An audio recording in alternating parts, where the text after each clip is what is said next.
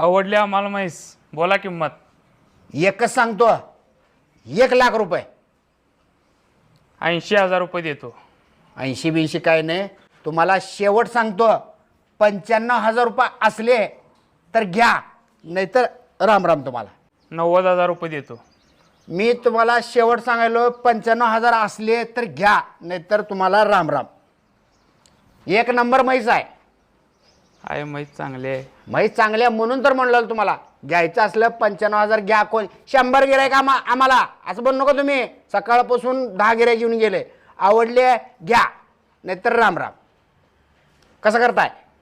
90,000 रुपये देतो. मी शेवट सांगितलो 95,000. आवडली का?